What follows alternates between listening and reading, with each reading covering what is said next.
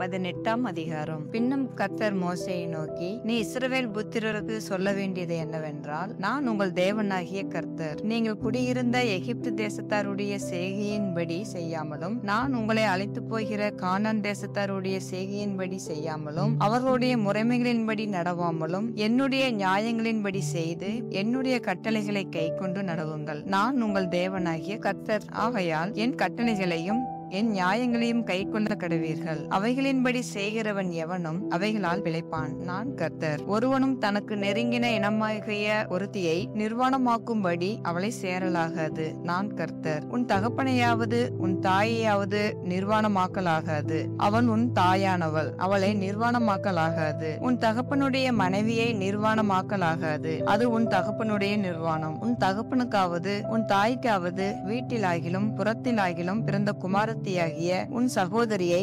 நிர்வாணமாக்கலாகாது. உன் குமாரனுடைய மகளையாவது உன் குமாரத்தினுடைய மகளையாவது நிர்வாணமாக்கலாகாது. அது உன்னுடைய நிர்வாணம். உன் தகப்பனுடைய மனைவியின் இடத்தில் உன் தகப்பனுக்கு பிறந்த குமாரத்தியை நிர்வாணமாக்கலாகாது. அவள் உனக்கு சகோதரி. உன் தகப்பனுடைய சகோதரியை நிர்வாணமாக்கலாகாது. அவள் உன் தகப்பனுக்கு நெருங்கின இனமானவள். உன் தாயினுடைய சகோதரியை நிர்வாணமாக்கலாகாது. அவள் உன் தாய்க்கு நெருங்கின இனமானவள். உன் தகப்பனுடைய சகோதரனை நிர்வாணமாக்கலாகாது. அவன் மனைவியை சேராயாக. அவள் உன் தகப்பனுடைய சகோதரி. உன் மருமகளை நிர்வாணமாக்கலாகாது. அவள் உன் குமாரனுக்கு மனைவி. அவளை நிர்வாணமாக்கலாகாது. உன் சகோதரனுடைய மனைவியை நிர்வாணமாக்கலாகாது. அது உன் சகோதரனுடைய நிர்வாணம். ஒரு ஸ்திரீயையும் அவள் மகளையும் நிர்வாணமாக்கலாகாது. அவளுடைய குமாரரின் மகளையும் அவளுடைய குமாரத்தியின் மகளையும் நிர்வாணமாக்கும்படி விவாகம் பண்ணலாகாது. இவர்கள் அவளுக்கு நெருங்கின இனமானவர்கள். அது முறைகேடு. உன் மனைவி உயிரோடு இருக்கையில் அவளுக்கு உபத்திரவமாக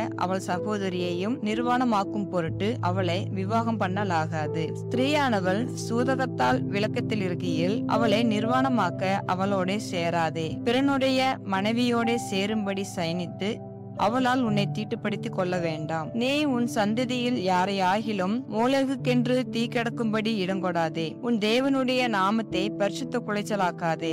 நான் கர்த்தர். பெண்ணோடு சம்யோகம் பண்ணுகிறது போல ஆணோடு சம்யோகம் பண்ண வேண்டாம். அது அருவருப்பானது. யாதொரு மிருகத்தோடும் நீ புணர்ச்சி செய்து அதனாலே உன்னை தீட்டுப்படுத்த வேண்டாம். ஸ்திரீயானவள் மிருகத்தோட புணரும்படி அதற்கு முன்பாக நிற்கலாகாது. அது அருவருப்பான தாறுமாறு. இவைகளில் ஒன்றினாலும் உங்களை தீட்டுப்படுத்தாதிருங்கள். நான் உங்கள் முன்னின்று துரைத்து விடுகிற ஜாதிகள் இவைகள் எல்லாவற்றினாலும் தங்களை தீட்டுப்படுத்தி இருக்கிறார்கள். தேசமும் தீட்டுப்படுத்தப்பட்டிருக்கிறது. ஆகையால் அதன் அக்கிரமத்தை விசாரிப்பேன். தேசம் தன் குடிகளை கக்கி போடும். இந்த அருவருப்புகளை எல்லாம் உங்களுக்கு முன் இருந்த அந்த தேசத்தின் மனிதர் செய்ததினாலே தேசம் தீட்டாயிற்று. இப்பொழுதும் உங்களுக்கு முன்னிருந்த ஜாதிகளை தேசம் கக்கி போட்டது போல நீங்கள் அதை தீட்டுப்படுத்தும் போது அது உங்களையும் கக்கி போடாதபடிக்கு நீங்கள் என் கட்டளைகளையும் என் நியாயங்களையும் கை கொண்டு தேசத்திலே பிறந்தவனானாலும் உங்கள் நடுவே தங்குகிற அந்நியனானாலும் இந்த அருவருப்புகளில் ஒன்றையும் செய்ய வேண்டாம். இப்படிப்பட்ட அருவருப்பானவைகளில் யாதொன்றை